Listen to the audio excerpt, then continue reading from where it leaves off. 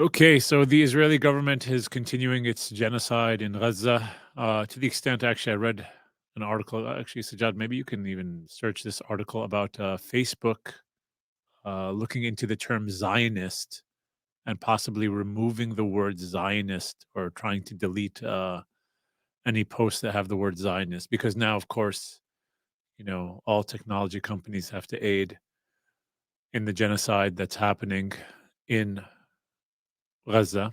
And so if you post anything about it being a Zionist push, now they're going to try to delete that post or have that post removed, which is crazy. Are you seeing anything coming up? Let's see what you have coming up there. Yeah, there you go. An article. Actually, can you send me the article so I can pull it up too on my WhatsApp to me or something? But you see now, even Facebook is in cahoots with the rest of them in ensuring. Okay, this here on the Washington Post, inside Meta, a debate over when the word Zionist is hate speech. Interesting, because there are a lot of Orthodox Jews that are not for Zionism. So we're going to go back to the article actually in a minute. But my question is now, Orthodox Jews, are they what? Self-hating Jews? Is that what you're going to say about them? Uh, you know, or what are you going to do with this concept? It's again trying to whitewash the genocide that's happening in Gaza. So the article goes on. Meta is debating whether to more aggressively remove some social media posts containing the word Zionist to counter a surge of anti Semitism online, setting up a potential clash over censorship during the Israel Gaza war. It's not a war. It's not a war. There's no war going on here. There's a massacre, there's a genocide. Gaza has a populace of 2.1 million. They're actually all now have been completely forcibly removed from their homes. All homes are almost destroyed in Gaza. The Zionist army has destroyed almost all the masajid. The Zionist army has destroyed almost all functioning hospitals in Gaza. There's no safe place. We saw yesterday, while the Super Bowl was happening, under the cover of the Super Bowl, they were bombing Rafah, where 1.5 million Palestinians currently are pushed to that area and then just bombing and killing. I mean, there's not a war. There's nothing about this that's a war. It's a genocide. It's a massacre. And it's being done in broad daylight. So let's get things straight.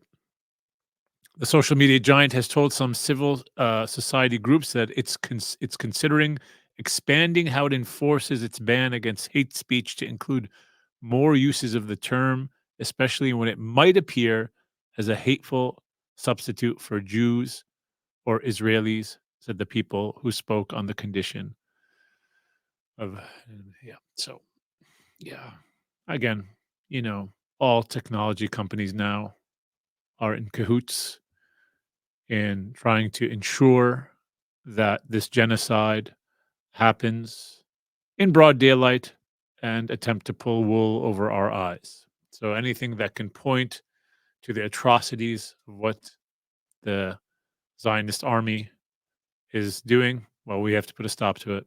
We can't allow that. We have to help them.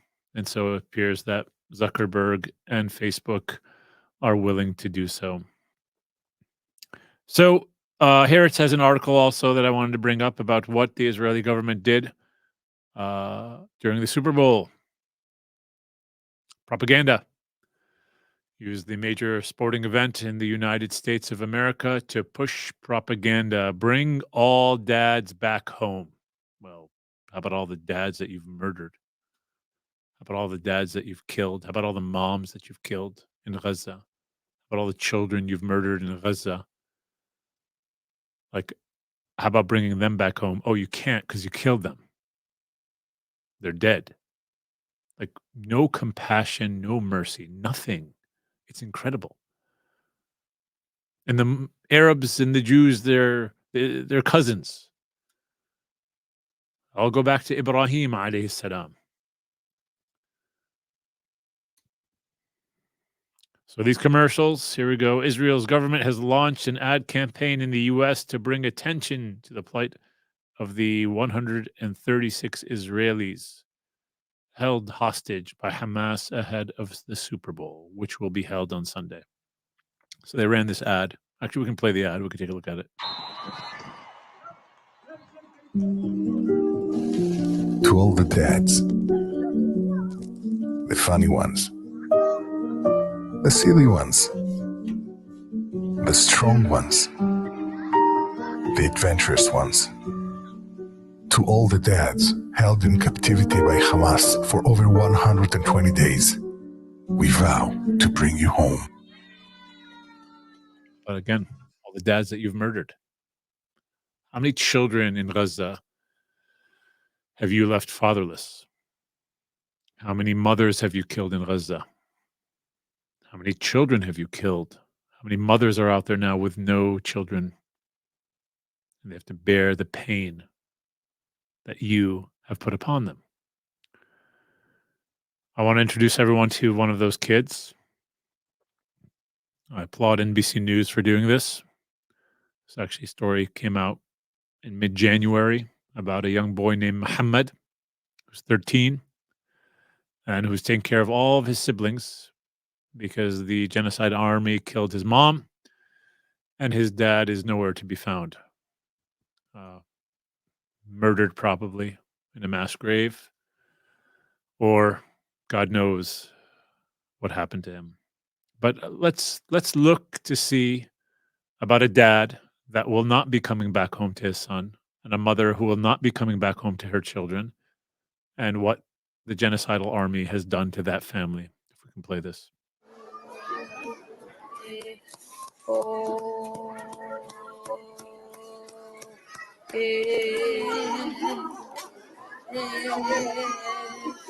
هذا ميار وهذا تولين وهذا يوسف وهذا زاهر وهذا سوار وهذا ورد وهذا فاطمة وهذا مايس.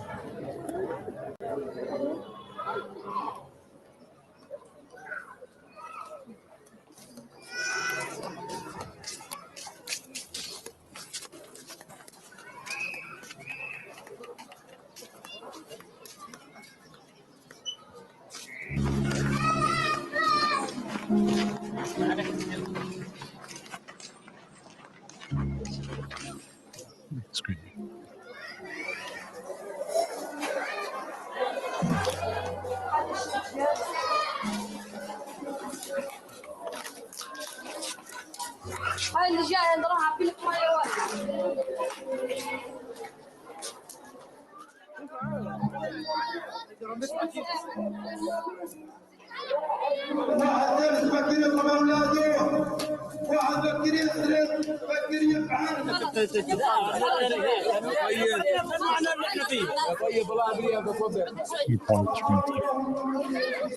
That's the commodity in Gaza now. Commodity is water. I mean, can you imagine that? This young boy, 13 years old, he's dad and mom, and he's just hustling out there just to find water. We can continue.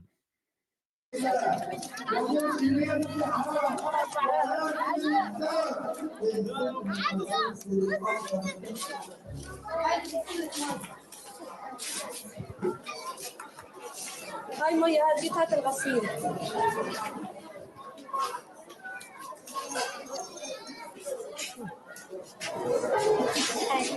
يلا تعالي تغسل معاي.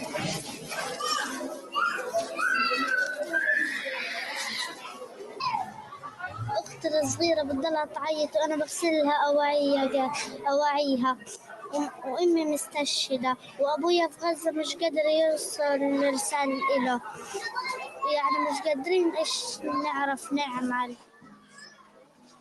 هاي قاعد بعمل لحظة الصغيرة قاعد حليب لها من الصبح ما كلتش، قاعدة بتعيط عشان جعانة. ولا حدا يرضعها يعني أنا بحسها يعني بتفهملهاش كانت الأم يعني كانت هي يعني إذا جاعت يعني تعرف لها، هي يعني إذا بدها تاكل تعرف لها، إذا بدها يعني تسكت، إذا بتعيط إذا بدها تسكتها، يعني أنا أنا ما بعرف لهاش ولا شيء. يعني أنا هي أختي الصغيرة لما أشوفها والله بتحسر عليها أمي، والله ما بعرف إيش يعني حتى حصروني أمي وحصروني يعني من وين هذا أجيب لها حليب وبامباز، والله ما انا عارف من وين اجيبها. هاي لا من السقعة بتعيط.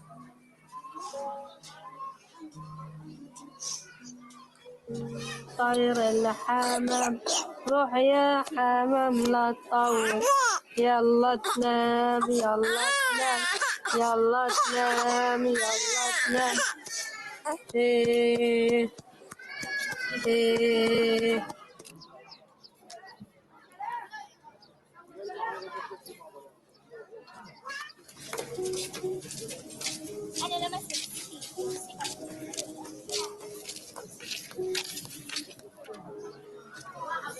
زي هذه السكينة دي خالص.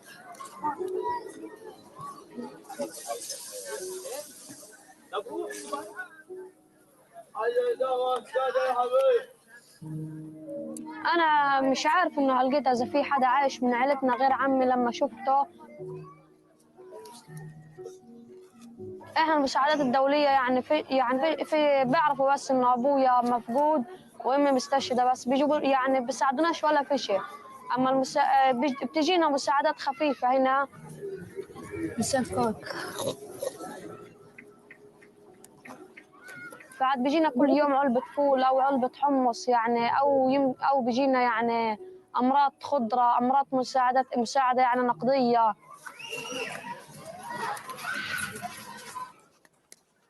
وأنا هنا رايحة أجيب لهم أي حاجة لعبة يلعبوا فيها، ويعني أجيب لهم شيء يعني ينسوا الحظ منه. مدير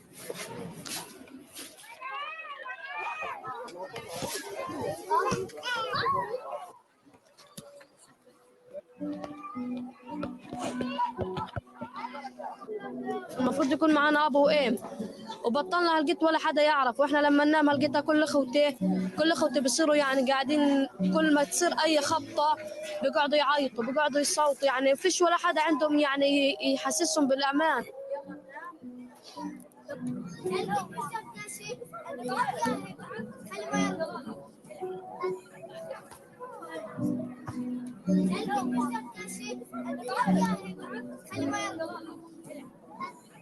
So,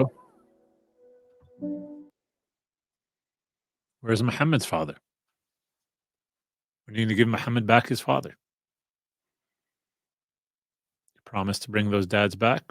I understand. But how many fathers are you taking away from families? How many mothers are you killing? And you will continue to kill because you will use the actions of October 7th as a pretext, constant pretext for the massacre and the genocide of the Palestinian people. Where's Muhammad's dad?